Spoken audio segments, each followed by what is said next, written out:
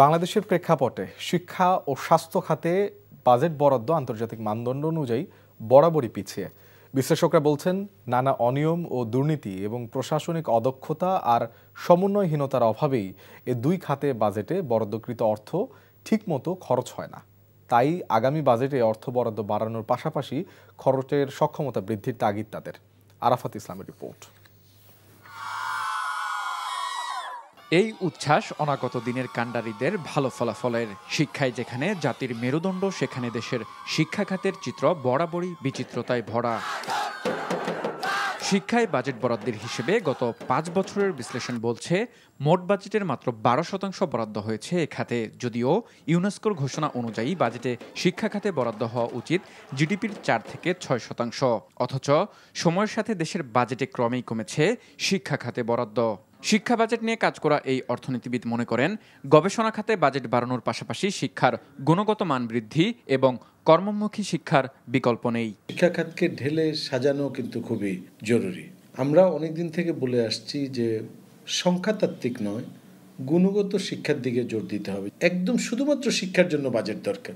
শিক্ষা ও প্রযুক্তি, একসময় শিক্ষা ও ধর্ম দিত, এরকম না করে শুধু শিক্ষার জন্য কতটুকু বাজেট।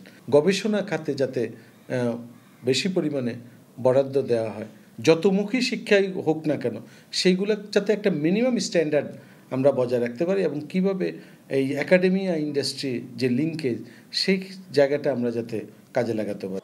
করোনার করাল থাবা জানিয়ে দিয়ে গেছে দেশের স্বাস্থ্য খাতের নাজুক পরিস্থিতির আদ্যপান্ত। অনিয়মের বেড়াজালে বন্দি স্বাস্থ্য ব্যবস্থাকে কেন্দ্র করে গ্রামীণ জনগোষ্ঠীর দোরগোড়ায় পৌঁছাতে দরকার পরিকল্পনা আর অর্থের বরাদ্দ।